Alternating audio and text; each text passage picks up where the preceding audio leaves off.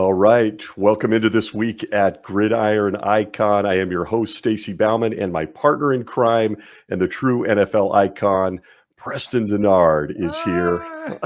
Hey. And I got to tell you, for anybody who knows the show, knows me, of course, Preston, and my affinity for the Rams tonight is special. That's all there is to it, especially if you're watching on Gridiron Icon YouTube. You know why. Our guest tonight is, in my opinion, one of the best all-around athletes of my lifetime.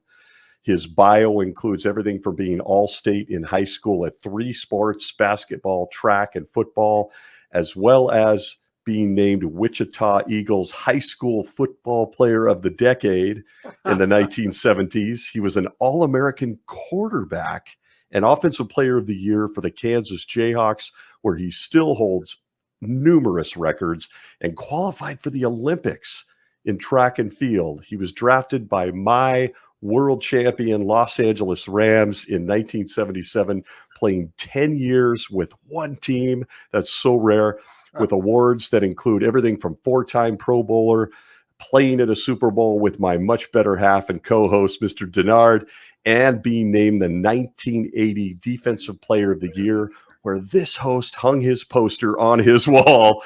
From there, multiple stops as an NFL position coach and offensive coordinator. Let me just say this now.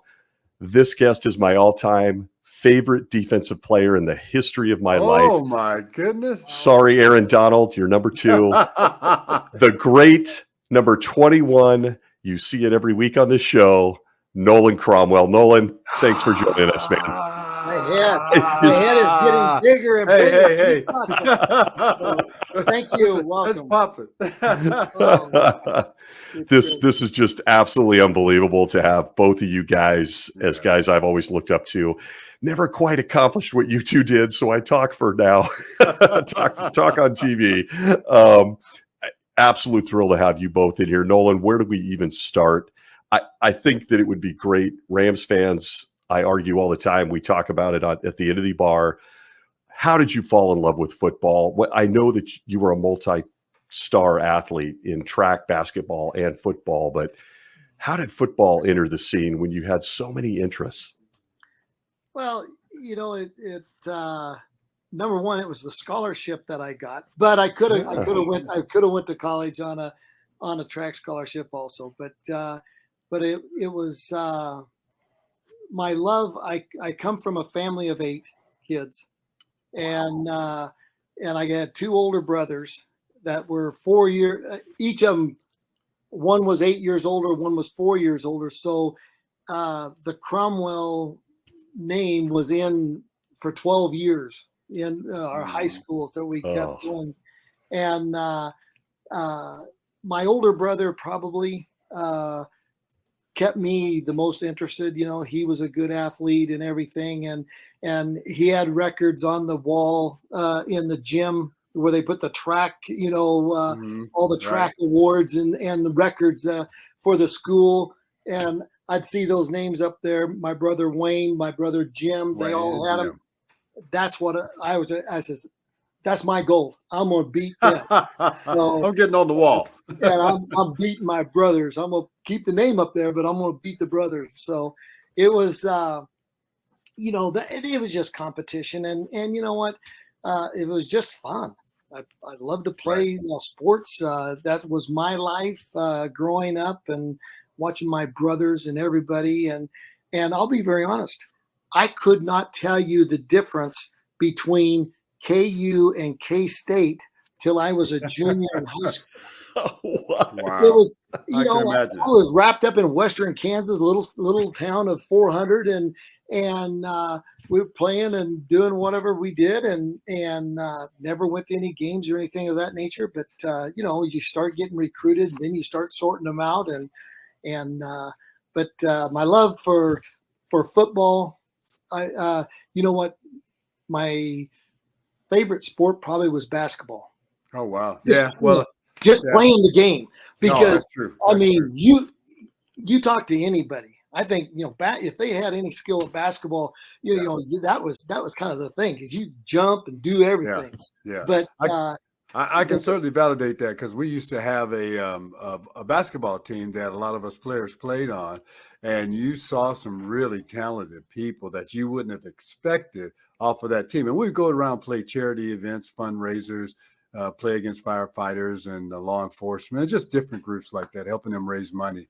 But Right. yeah, I've seen Nolan play ball, and he does have that athletic ability. Now, let me ask you this. Did you know you were a legitimate two-sport athlete, and was it tough between the two when you had to make a choice? I never did have to make a choice. There you go. From the standpoint is I went to KU, and I told them I want to play football and I want to run track. One's in the fall, one's in the spring, so that there's no, I didn't go to spring ball. I went and ran track, but that's kind of how they got me, and Wow. and so I didn't have to choose. And then when it came to graduating from college, it was clear to me, very very clear to me that football was the way to go. Yeah. What was your greatest Really? achievement in track? Probably going in 1976, went to the Olympic trials in Eugene, Washington, and that's the first year Edwin Moses came on board, and he was winning everything, and in the semifinals, he was in my heat.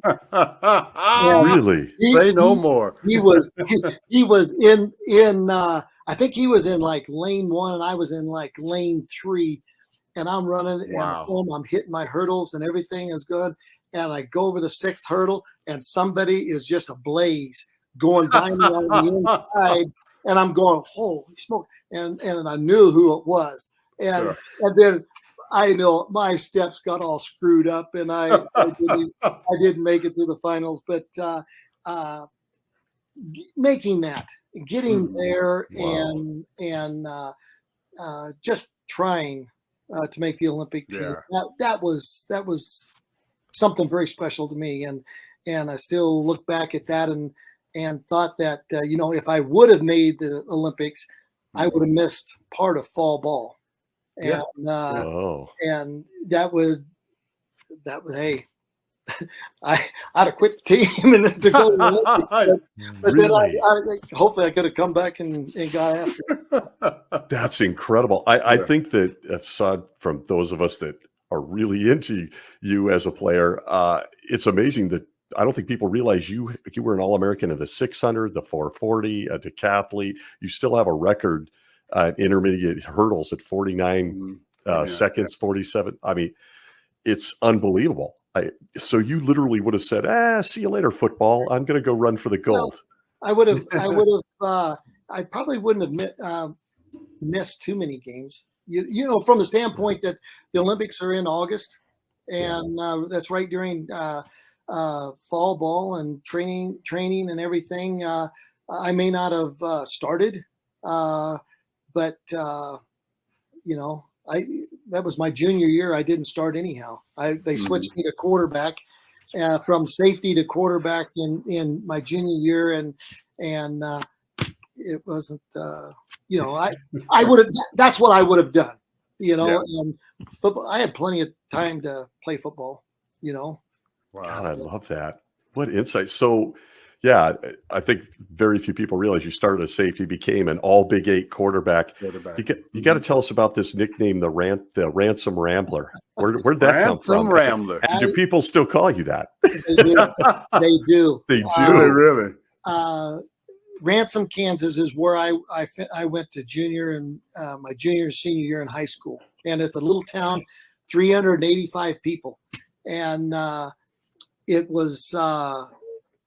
The town's name is Ransom. So it was just, I can't remember exactly who it was, but somebody said, hey, the Ransom Rambler, and it's stuck, and that's kind of the way it was. Cool. Cool. God, that's absolutely incredible. I mean, I love it. They don't make any cool nicknames anymore. Like, where's No, all the not at cool all. nicknames?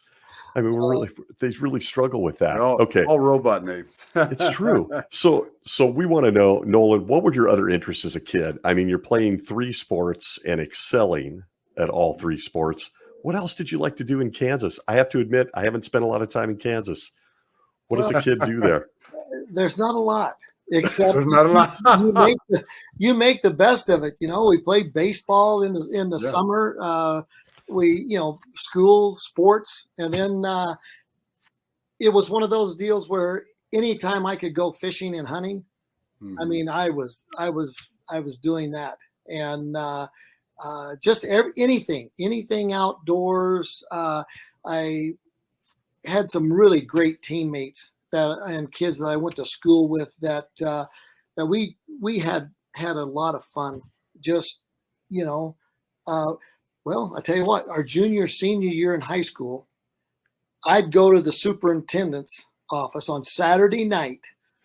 I'd go to his house. I'd get the keys to the high school. Oh my! We would go up and open up the high school, open up the gym, and he told me, he says, if anything is missing, I'm coming to you. I said, fine. Love it. We had guys from junior high come in and playing basketball. We had guys from 6th and 7th grade all the way to 40 to 45 years old. Wow. Guys coming in off the farm on Saturday night. We'd have 20, 25 people, and you'd pick up teams. Yeah. And you'd play 5-on-5 to 15, and then whoever won, Nick's team would come in and just keep rolling. We'd play till 12:30, 1 o'clock in the morning, and then everybody just go home. But there's nothing else to do. We didn't have nothing else to do, and you know what? Our superintendent, Mr. Kenworthy, I tell you what, great guy. He knew everybody that was up there. Yeah. And hey, have fun. Make sure everything is shut off and put away. And we never had one problem at all. Wow. It was, and these are guys that are coming in, junior high guys that come in and get on a team and play, and it just tons of respect, never a problem, no fights. I miss that era. Plenty. Little shirts and skins, turn out the lights, lock the door. Just doesn't happen anymore, right? It doesn't. There is not probably a superintendent in the country that would turn their keys over to some high not anymore.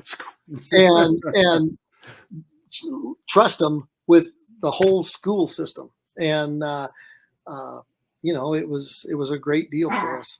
Wow. Incredible. So, the good old days. Now take us through the journey back through college. Mm-hmm. You're in your senior year. When is the first moment you realized you could play pro ball, or there was an opportunity? Did you have a good idea even prior to that? Well, I had an idea that I could play. I knew it wasn't going to be quarterback.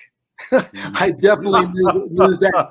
But I played safety. I made all Big 8 my sophomore year as a safety, and then I switched to the quarterback because we went to the wishbone offense. Bud Moore came from Alabama, so we ran the wishbone. That I got a lot of notoriety and everything there, but playing wise, I really felt I had the ability to play. Right. And then the Rams took a shot. I'd hurt my knee my senior year, and they took a shot at me in the second round, and the rest is kind of history from there. But I came in the perfect situation for myself. I came to the Rams. The Rams might have been the most talented team in the National Football League Mhm. from the standpoint of talent and the depth of the talent. And, you know, when I got there, it was Rod Perry, Monty Jackson, Pat Thomas were the three corners. Dave Elmendorf, Billy Simpson, and myself were the six defensive backs that was on the team. Wow. We only had six. And it just, they told me, you'll play special teams your first year, you'll be the nickel back your second year, and you'll start your third year. And that's exactly what happened. Yeah. Well, I got a chance from Dave Elmendorf and Billy Simpson to learn the game. A lot like, I'll just throw it out, Brett Favre and Aaron Rodgers. Yeah. Aaron Rodgers sat behind Brett Favre for 4 years, throwing in practice and you know, just beating people. He knew he could play. When you get there, you've been there a lot of times in practice, so to speak. So, and they taught me because I'd ask them questions and I'd say, hey, the book says this. Don't. The book might say that, but this is what's going to happen. This is a reality check. Yes. So I really got a lot of insight from those two safeties, and then watching Rod and Pat and Monty play that first year. It was special. Yeah, my favorite team. Preston, this reminds me a lot of listening to you and Harold Jackson and Henry Eller talk about the craft. I don't think fans get enough of that, which is why this show is enjoyed by so many fans. Just to hear that, Nolan, is by your fourth year, you were Defensive Player of the Year. Well, I mean, that doesn't happen very often, so it speaks a lot to the mentoring and culture on those Rams. Those are my favorite Rams teams, always will be. Yeah, but we were so loaded with talent. And I'll be very honest. And Preston, you might be able to speak to this a little bit more than I do. I've talked to some guys that in 75 and 76. This is I believe James Harris was the quarterback, and he would beg the offensive staff to let him audible. Because he could tell when people were coming. He'd study film, and he says, I know they're blitzing right here. Back protect, bang, we got easy one. And Chuck Knox would not let him audible. He would not let the quarterbacks audible at all. They called two runs, first and second down, might throw it on third down, and punt. Chuck, you know, he believed that you know, that's where that came from. Yeah. But, 5 yards in a cloud of dust. Yes, but he believed we will win the game 7-0. We'll win it. We'll win it 10-0. That's crazy. Our defense will shut this group out. He said, so don't lose it. Well, then, then when you get to the playoffs and start playing Minnesota Vikings and the Dallas Cowboys, which can score points. You have to be able to score points. You can't be a defensive-minded team. You have to be able to score some points, and that's where they got caught in that not being able to score 17 or 20 points to win the game. They could only score 10, and Minnesota and Dallas always seem to block a field goal or block a punt to win that in those days. Right. It was no. Go ahead, Stace. Preston, no, I'm sorry. Go ahead. No, I was just going to say, you know, playing those Cowboys all those times in the playoff rounds and so on, they were great games. But finally, we get to the point, and 1980. To get a hold of those Cowboys. The defense plays exceptionally well that night, and we had some success on offense as well. But bring us back to that moment. How did you feel? You knew we were going to – that was the first game that we played. Then we're headed to the NFC Conference Championship. We're feeling good about ourselves. Take us through that walk. Well, you know, it was I remember it just like I think we got behind there in the fourth quarter, late in the fourth quarter, I believe. Yep. And Vinny hit Billy Waddy, if I'm not mistaken, over the middle. The ball was tipped, I believe, and Billy Smith caught it and took it down. We scored, and then we shut him out and won that game. Then we went to, I believe, Tampa Bay. Yep. Wasn't it Tampa Bay? I believe it was Tampa Bay. Yep, it was. And we shut them out 9 to nothing. I believe. Yeah. The Frank Corral game. Yes. But that season, if you remember, is 4 of our offensive linemen had surgeries on their some type of surgery, and we got them all back, and we were, I want to say, 5 and 6 or something like that. We won the next. We got everybody back. We won the next 4 games in a row. Right. We were able to set out the last one. We rested a bunch of our older starters. Our starters. Yeah, they were older. We lost the last game, and I don't we who it was, but we really weren't worried about it. Yeah. And we went into the playoffs as healthy as we'd have been all season. And that's when we took off. Like you said, we was bang, bang, bang, and the Super Bowl. I still kick myself. It's me. I had a chance to knock the ball. I touched the ball that Lynn Swan caught. Yeah. He jumped up. I touched the ball, but just didn't get enough of it. And then in the third quarter, we were, guys, I'm going to say we were up 9 points or something of that nature. We were. And they threw it, and I cut in front of John Stallworth coming across. Yep. And I dropped the interception. It was me and Mike Webster to the goal line. And you'd have won that race. Nothing but respect that you just shared that. I was never going to bring that up, Nolan. I was 10 years old and I was in tears. I have nothing but respect that you brought that up. Rams fans will love that you address that. Well, you know what? When you have an opportunity to make a play, and you made a lot, you don't make it. It stays with you. And that if there's a game you like to have over, that would be one. But you know what?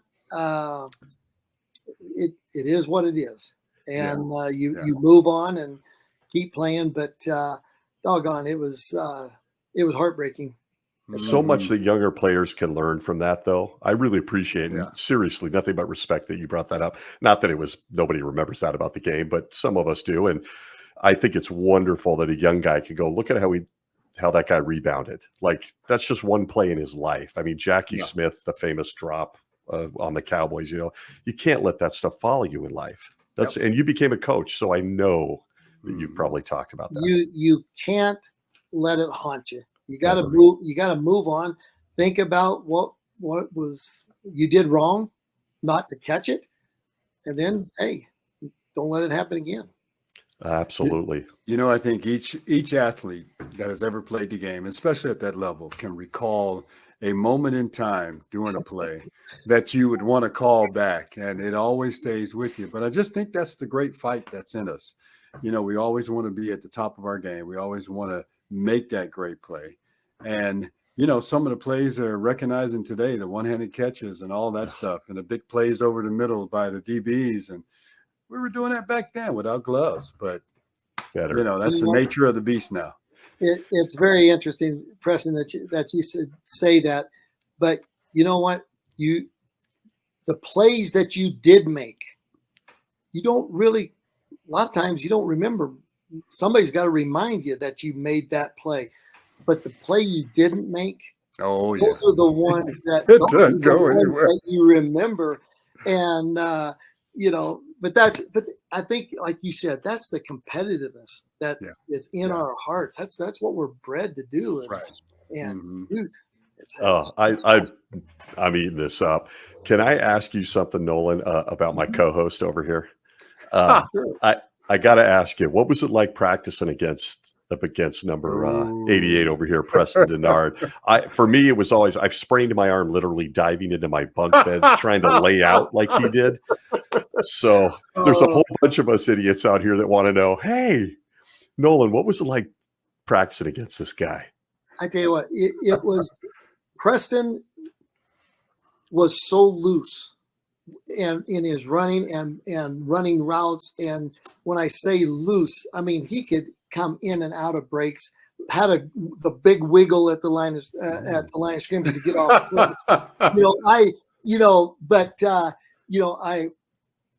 I didn't play outside, didn't play corner. I played the nickel. Right. And if Preston was in the slot, then, I always knew I had somebody over the top to help me out. But you know what? It was challenging, and I think it's what made everybody better. And we competed hard in practice, and there was no freebies. You had to beat the individual that you're going against, legitimately, because we battled every day in practice. We protected each other, but we battled. And so it was a challenge, no question. Challenge to cover Preston. We had Rod Perry on another podcast, and he referenced that very same thing, how competitive practices were, because we made sure we were ready for game time and all that competition during the week and trying to learn new schemes and so on and go out and execute it. It was just fun. It was natural. And we respected each other to compete with each other and to know how to take care of each other too, because health is a big issue up there. It really is. You have to protect each other, play hard. You know what? And first time I ever was introduced to Mike Holmgren when we went to Green Bay, and I was as a special teams coach, the first part of my coaching career. We get there, and we get 5 or 6 games into the season. Mike took the pads off, and holy smoke, I'm going, wait a minute. Oh, really? What is going on? And he had mentioned, I want to say in San Francisco, they got hit with injuries or something at one point in training camp, and they took the pads off, period. And they practiced. This was back in, I want to say 84 or 85. Wow. They practiced in helmets and shells the whole year, just like they didn't ever put on pads. And wow, when he told us that story as a coaching staff, he says everybody has just got to be conscious of what's going on. And he told the team that, and he said, take the pads off. We still practice hard, but no collisions. Wow. And you know what? You learn to protect each other. You learn to play hard, compete, but you just don't finish the play at of a tackle. You tag them off, and it can be done. It was what they're doing pretty much now. They got 14 practices, I think, padded that they can have for the entire year. Hey, take them off and go play. Play. I mean, McVay doesn't even let the Rams play preseason, the starters. He's doesn't want to get hurt. That's incredible insight. And then you became a coach, so you probably implemented. We're going to get to your coaching career, but I've got to ask you the obligatory fan questions, which is, one, was there a quarterback that gave you fits playing center field out there? That was just the toughest guy. You played with a few names we recognize: Montana, Marino, Elway, a lot of the biggest names in the history of this game. And then was there anybody that was just a nightmare to tackle? Because I've got a scrapbook full of you dragging Earl Campbell down. So I've got to ask the question. Hey, Earl Campbell, I remember it might be the shot you're thinking of too. I've got several. I had an angle on him that I could really kind of butt him up and hit it. And I remember as I'm running, I go, whoa, I slowed down just a little bit and took a little less of an angle head up and took him on a side angle and jumped on his back and tackled him with my feet. I wrapped my legs around him, but he was such a big man that just punished people. But the hardest running back I ever played against was William Andrews. The Falcons. Yes. 205 pounds of no quit ever. And I remember him coming through the line of scrimmage. I come up and I hit him with all I had. And boom, the next thing I know, I open my eyes. He's standing above me, got his hand out and helped me up. And he said, good hit. And I went, holy smoke, he knocked me out. He knocked me out, for that split second. And then all of a sudden you're laying on the back and you open your eyes and William's standing there. He sticks his hand out, helps me up. He says, pats me on the butt. He said, hey, good hit. And runs out. I go, oh man. The essence of sportsmanship. I tell you what, he was a great competitor and just no quit, but such a great guy. He loved playing the game. He'd help you up. He loved people play the game as hard as he does. All right. Who did you know that you figured them out right away? The team that you always know and anticipate how they're going to do, but you were always able to be successful back there. Whether it's a pass over the middle, third down, you know who they're going to. Tell us. Please say the 49ers. No. I knew those Niners. They're knowing the offense of what 49ers ran and everything, and Joe running the show. Hey, he was so efficient at reading the play, and he knew. Oh gosh, Preston, when we were in in 85, 83, 84 in that type of time span there. Joe knew where he was going to throw the ball before he even snapped the ball. Wow. Because we played so much middle safety, and their offense is predicated on single safety, one safety or two safeties deep.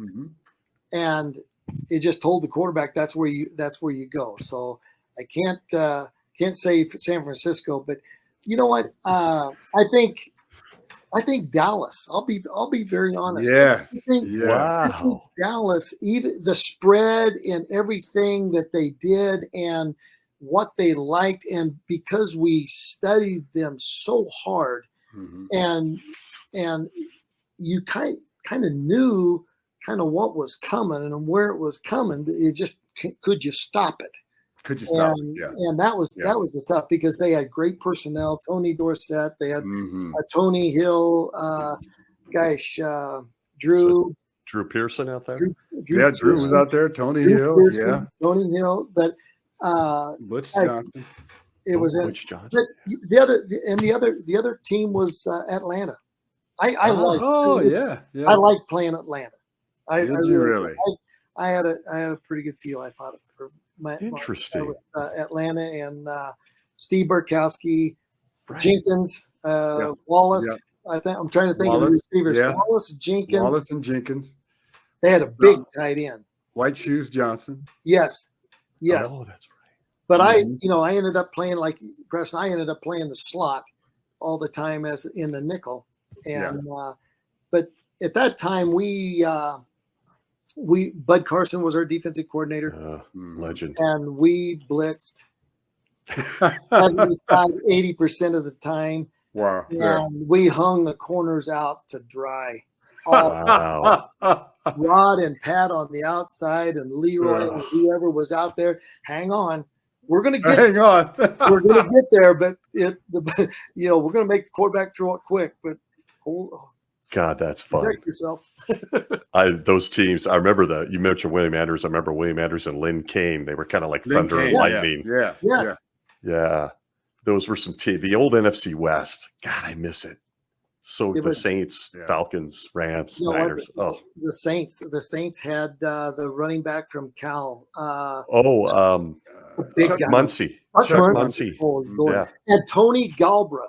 Was fullback in that, and they both, I think, at 1 year they both were over 1,000 yards rushing, I believe.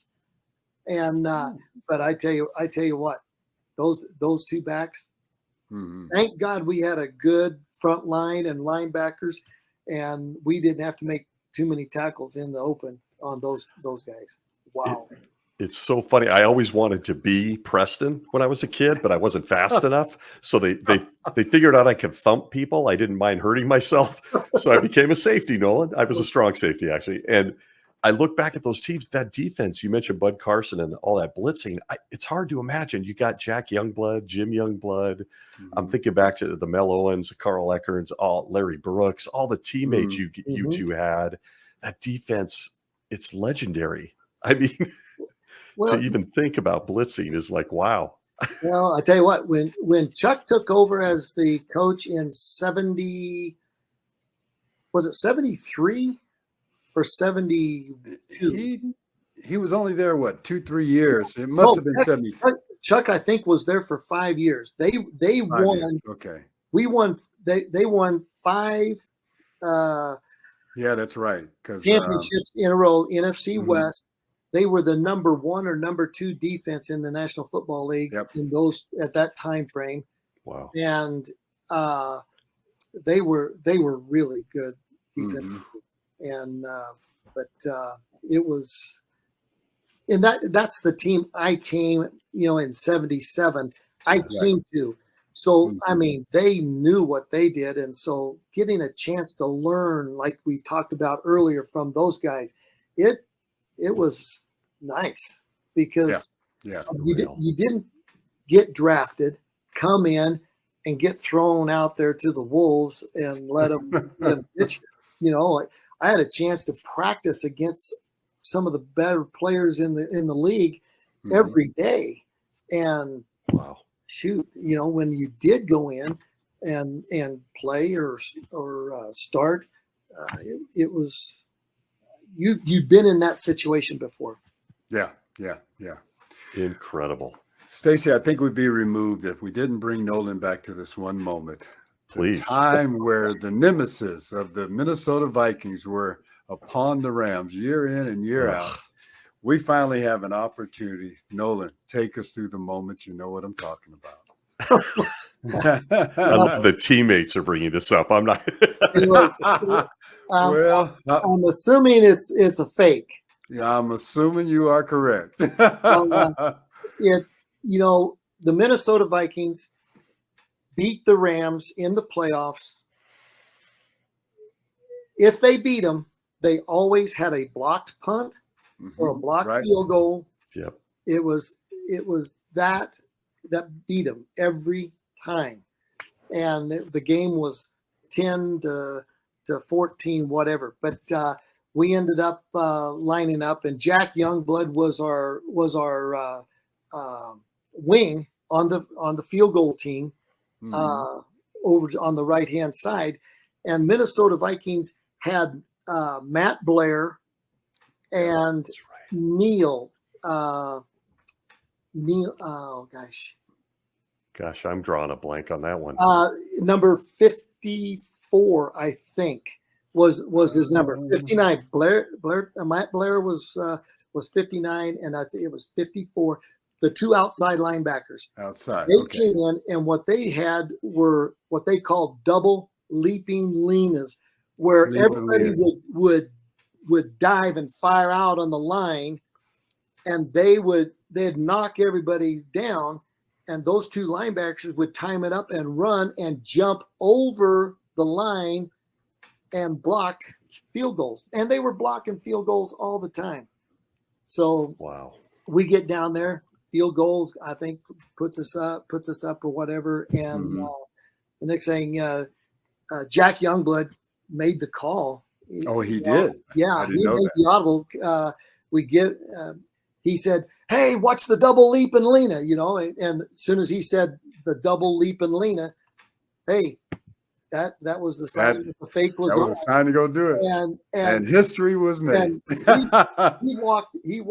was at his wing. He took a step or two inside. He said, "Wait, right here. Watch these two guys. Right, they're going to jump over the top." I remember that now. He goes back, and we snap the ball. I pick it up and run around the end, and there's nobody out there because they got everybody blocked. But it was really satisfying from the standpoint to win that game in kind of especially teams mode that they defeated the Rams so many times. Oh, it was brutal. I tell you, thank you for sharing that story, both of you. That's really special for a lot of fans that listen to this podcast. To get the background on that play is really cool. I have a million questions for you, Nolan, in your playing career, but I don't want to, before we let you go, I don't want to miss out on talking about your coaching career. And one of the reasons I bring that up, we had Lofa Tatupu on the show. Yes. And he saw this jersey behind me and he went absolutely crazy. He's like, "Is that Coach Cromwell's jersey?" I was like, "Yeah." And he, coolest guy ever, went off for 10 minutes about you as a coach. It was a ton of fun for me. But your coaching career, you were a defensive back, but you've done a lot of coaching of wide receivers. Maybe Preston could. It's incredible to me.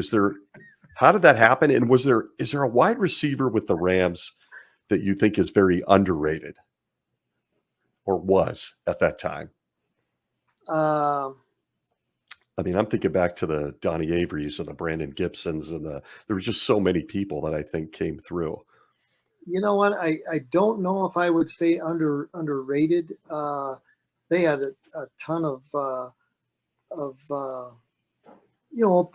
Preston. Preston, I thought was one of the better receivers in the league. Oh yeah. There's no question in my mind. You, my friend. But and I'm not saying Preston because he's on the show, but no, I get it. But he come out of college. We got a steal. We got a steal when we drafted him, or were you even a free agent? I was a free agent. You know what? But that's my point. There is he comes in and he's making plays as a rookie that bang bang bang in practice, and you're going, "Holy shit, who's this guy?" Yeah. Excuse my language, but I love it. "Holy smoke, this guy can play and catch everything." So, but as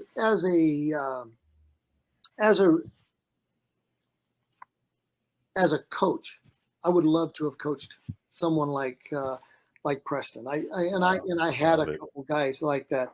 I had Daryl Jackson at Seattle. Yeah. I had Robert Brooks, Packers. Freeman.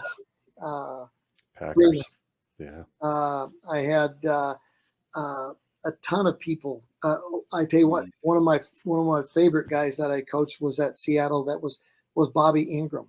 Oh, Bobby Ingram, yeah. I'm going to tell you what, you talk about a guy that understood the game and knew how to play and was not fast. Mm-hmm. He could run mid 4.5s, but I tell you what, catch it all and understood how to run routes and how to win. He understood how to win, and he set guys up. It was really good, really good. Wow. Love that stuff. He used to remind me of another one of your guys' teammates, Henry Ellard, just in stature. Yeah. And he also had a little bit of Ricky Prohl in him. Like I compare everybody to my Rams receivers. So that's really cool that you would like to coach my co-host who I'll tell you what, I idolized. So it's pretty cool for me to hear. I probably would have been tougher if you did. With Henry and him on the same team, I tell you what. And like we were talking about before, I think we turned the cameras on, was that we ended up Vince Ferragamo. He'd get in the huddle and call a play and just tell Preston, get open. I'm throwing it to you. And just go down there. Hey, I'll tell you what. In 1983, our last regular season game against the New Orleans Saints. Yeah. If we win this game, we go to the playoffs. And it is 3rd and 14. It's 3rd and something. It was long. And Vinny calls a pass play and looks at Preston and says, get open, I'm throwing it to you. And bam, he dropped back, boom, and threw it to Preston. And he caught it, first down. And I think we ran a running play to put it on the right hash or put it on the correct hash. You remember it right. And we kicked a field goal to win the game.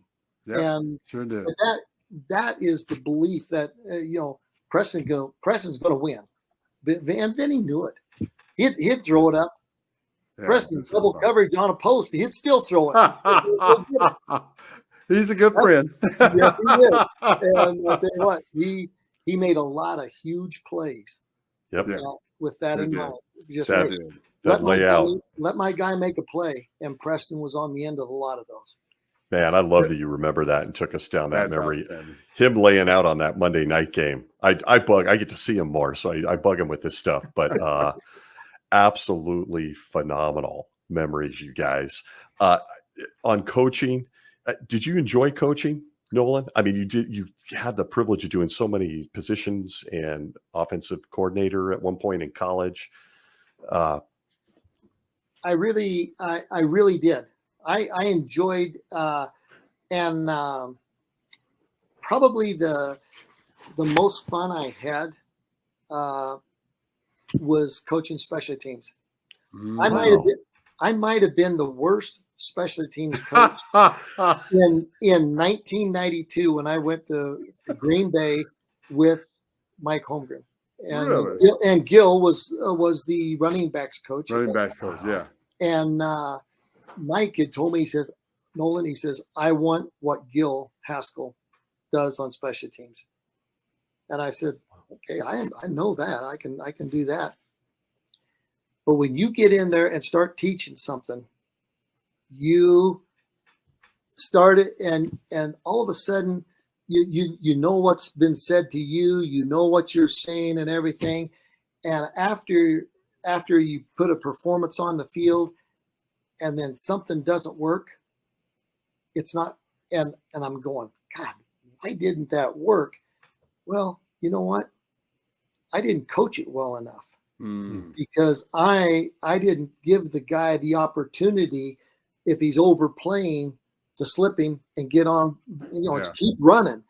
And I learned a lot of stuff my first year, and I turned it all around. And the second year, I laid things out, and I said, if you can beat the guy, if you got room to beat the guy and get back in and cover your lane, beat him with speed.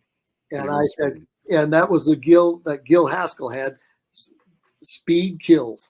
And we preached that, and we became a much better special teams group. And then, went on to we won the Super Bowl 31 in New Orleans, and Desmond Howard was our kick and punt returner, and he has the MVP of the game, and it was very rewarding and very exciting. That's so cool. Well, you know what? We're moving close to time. I mean, we could do this all over again, but I want to make sure. Yeah, I need 2 hours. We need to get to our 2-minute drill. But I want to ask you a question, which is probably a common question for a lot of our shows. The difference in the game. Is there truly a difference in the game today than it was back then? No question. Okay. No question. As a coach, yes, very much so. Back when we came in, Preston, you played for the team. You played for your fellow players. Yeah. the money, and it's no fault of anybody's, I don't think. It just, the money has gotten so large that if somebody is nicked with an ankle injury, they, you know, I know when I came in and played and you came in and was playing, that if you turned your ankle, I mean, you were practicing on Wednesday. If you're hobbling around, you're practicing on Wednesday, and guys would come in and go, "Well, I can't go, but I'll be there on Sunday for you." Yeah. And they were there. Now, you know, their agents are telling everybody that, no, I can't play. My client can't play. He's out this week.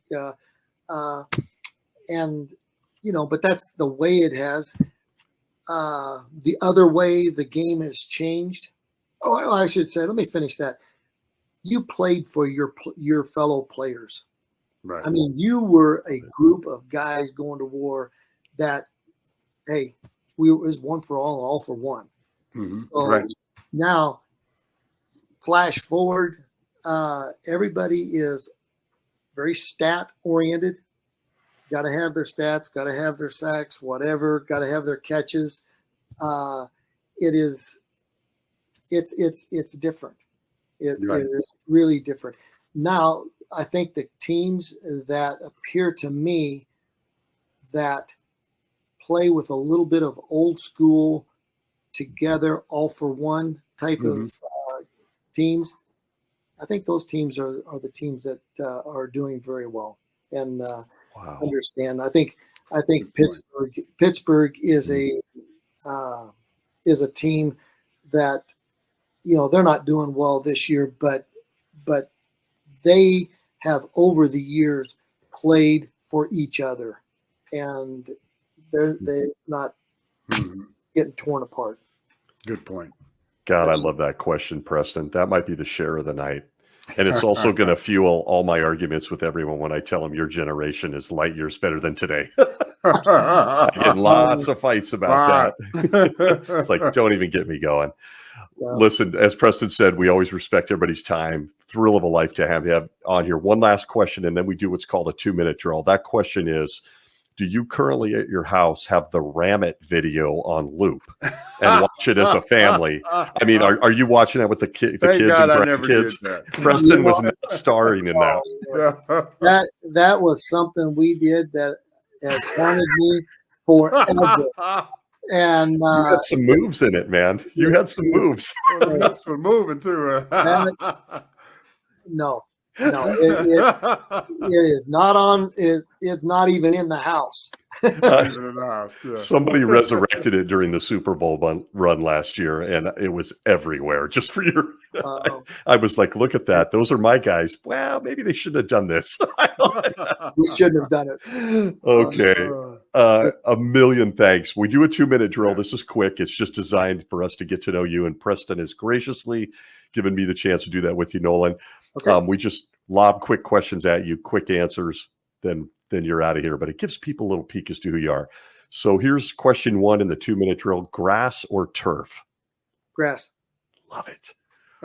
This one's tougher: football, track, or basketball? Football. My money. Love it. Love it. Oh my goodness. Cats or dogs? Guys, I got both. I love both. Yeah, I'll take dogs. Okay. Very nice. I'm a cat guy too, so there's no shame in that. Favorite movie of Nolan Cromwell? Oh gosh. War Wagon. John Wayne. John Wayne. Oh, classic. I'm a big Western guy. Of course, Kansas. Of course. Should have known that. What music is Nolan Cromwell listening to today, or is he? Country. Country, of course. Country. Makes sense. Okay. Your most underrated teammate at any level?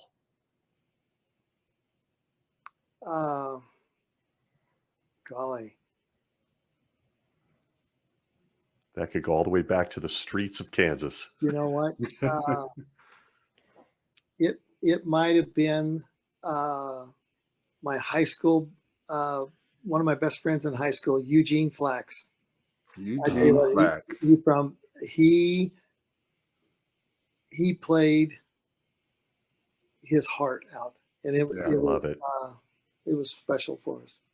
Good. Oh, that's awesome. My best friend, one of my best friends, gave me your jersey frame behind me at my birthday like 5 years ago. So very cool story. Your greatest football achievement?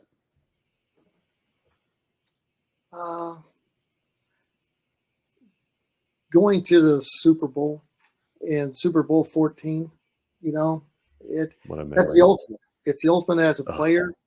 And even though we went, a couple times as a coach, it's different because you out there had an opportunity to make a difference. God, that's cool. Different as a player because you have a ring. No question. But the other one, God, that's cool. Who plays, final question, we'll get you out of here. Who plays Nolan Cromwell in a movie of your life? Oh, God.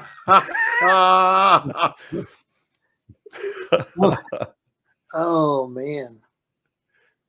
You get to pick somebody really good looking and talented here. I have no idea. Who I would pick. Who would you pick? Oh my goodness. I don't know. For you? Oh boy.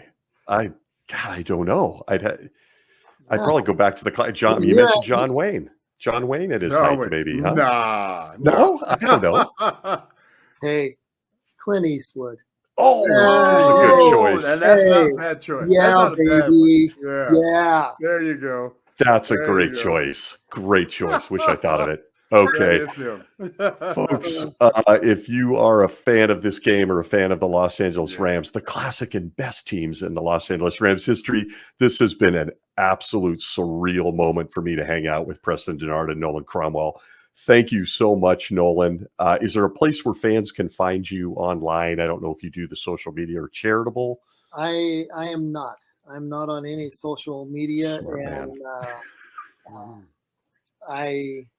I hide myself and tuck away. Well.